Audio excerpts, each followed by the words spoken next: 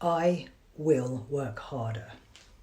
Famous words spoken by an iconic character in an important political book. Animal Farm was one of my favourite books long before I became a teacher. And like most books that I read when I was young, I just picked it up from in my house or my home because I had older brothers and sisters, all readers.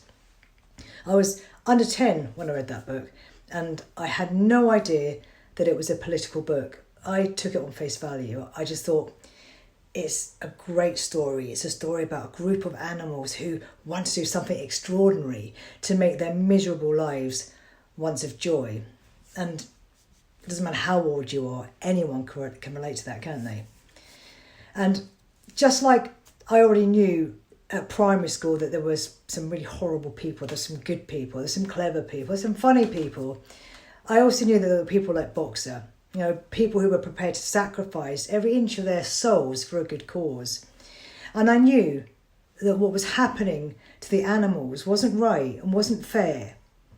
And that even though they'd all got together, for a cause they'd all agreed on together and believed in, that they were being deceived and their energies were being wasted and maligned. And when at the end of the book, Boxer is killed by the people he faithfully served, using every inch of his strength and might, my young heart wept. And I don't think I ever recovered from reading that book or could unsee the messages of that parable. So years later, as I'm floating through a variety of institutions, buckling under the weight of some, I thought of Boxer. I thought of also Molly and Benjamin and Moses. And I also thought of the pigs. And always, when I'd see in school, like some amazing teachers burning out, doing 60, 70-hour weeks because they felt they had to and there was no choice, I'd think of Boxer. And how sometimes, to use a quote from the book, the entire work of the farm seemed to rest on his mighty shoulders.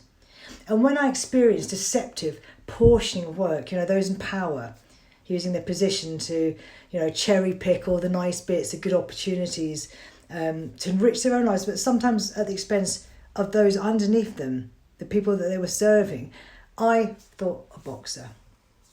And when I worked in one school doing a 70-hour week, and I'd become so insecure, so traumatised by what was happening and my workload, I was too frightened to ask for a morning or even an hour off so I could go and see my child who was, just started reception and was, in her first nativity play.